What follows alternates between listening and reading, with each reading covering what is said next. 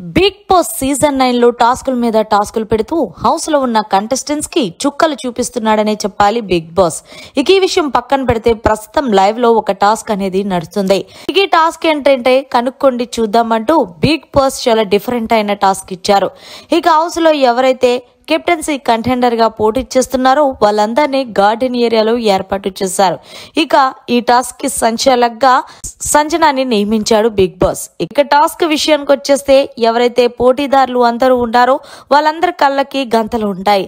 అయితే ఈలోగా ఎవరైతే సంచాలకుగా వ్యవహరిస్తున్న సంజన బజర్ మోగినప్పుడల్లా వెళ్లి ఒక కంటెస్టెంట్ ఎవరైతే పోటీదారులు ఉంటారో వాళ్ళని వెళ్ళి కొట్టిన తర్వాత మళ్ళీ వాళ్ళొచ్చి మిగిలిన పోటీదారుల యొక్క స్విచ్ ని ఆర్పేసి మళ్ళీ నార్మల్ గా కూర్చోవాలి. అంటే ఇది దొంగ పోలీస్ లాంటిది. అయి తర్వాత హౌస్ లో ఉన్న కంటెస్టెంట్స్ అంటే కంటెంటర్స్ ఎవరైతే ఉన్నారో వాళ్ళని సంజన సమయానుసారం అందరి కళ్ళు తెరమని చెప్తుంది. దీంతో వాళ్ళ లైట్ ఎవరు ఆర్పేశారో కరెక్ట్ గా చెప్తే వాళ్ళు ఈ టాస్క్ లో నుంచి అవుట్. ఇలా ముందుగా దివ్య అయితే ఎగ్జాక్ట్ గా రామురాతుడు పేరు చెప్పేసింది. ఇక ఆ తర్వాత బర్నీ గారిని పేరు పవన్ కళ్యాణ్ చెప్పాడు. తర్వాత తనుజ ఏమో దివ్యాన్ని లైట్ ఆఫ్ చేస్తే దివ్య లేదు నాది తనుజ ఆఫ్ చేయదు, నేను అనుకుంటున్న కంటెస్టెంట్ పేరు పవన్ కళ్యాణ్ అనుకుంటున్నానంటూ దివ్య పప్పులో కాలేసింది.